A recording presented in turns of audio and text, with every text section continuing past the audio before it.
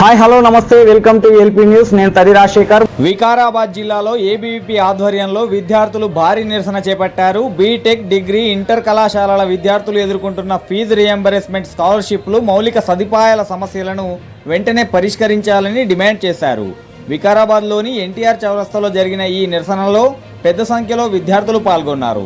ఈ సందర్భంగా ఏబీవీపీ వికారాబాద్ జిల్లా రాష్ట్ర కార్యవర్గ సభ్యుడు గణేష్ నాయక్ మాట్లాడుతూ, రాష్ట్ర ప్రభుత్వం పెండింగ్లో ఉన్న రూపాయల 11,000 కోట్ల ఫీజు రియంబర్స్మెంట్ బకాయిలను తక్షణమే విడుదల చేయాలని కోరారు. విద్యార్థుల స్కాలర్షిప్లను వెంటనే మంజూరు చేసి వారి న్యాయమైన డిమాండ్లను పరిష్కరించాలని ప్రభుత్వాన్ని డిమాండ్ చేశారు. అనంతరం ఏబీవీపీ నాయకులు, విద్యార్థులు ప్రభుత్వానికి వ్యతిరేకంగా నినాదాలు చేస్తూ తమ నిరసనను కొనసాగించారు. పెండింగ్లో ఉన్నటువంటి 11,000 కోట్ల రూపాయలు ఈరోజు కాంగ్రెస్ ప్రభుత్వం ఇవ్వాల్సి ఉంటుంది విద్యార్థులకు. అదేవిధంగా విద్యార్థులకు ఎంతో ఇబ్బందులు గురి చేస్తున్నటువంటి ఈ ప్రభుత్వం ఈరోజు పట్టించుకోవట్లేదు విద్యార్థులకు.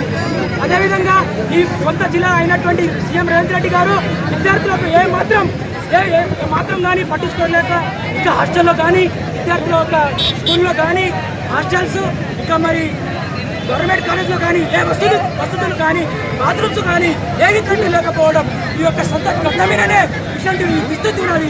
రేవంత్ రెడ్డి గారు ఒకసారి ఆలోచించండి. ఇక్కడ ఉన్నటువంటి విద్యార్థుల యొక్క సమస్యలను చూడండి, తెలుస్తుంది. మీరేమో వేసాము చూసుంటారు, ఇక్కడేమో విద్యార్థులేమో రౌడీ విద్యార్థులకు ఉన్నటువంటి స్కాలర్షిప్లను సందర్భంగా తెలియజేస్తున్నాము.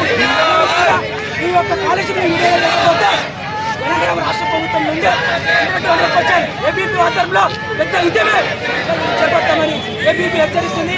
అదేవిధంగా పెండింగ్లో ఉన్నటువంటి 11,000 కోట్ల రూపాయలు విద్యార్థులకు తొందరగానే విడుదల చేయాలని ఏబీపీ డిమాండ్ చేస్తుంది. వికారాబాద్ నుంచి మిమ్మల్ని హెచ్చరిస్తున్నాము.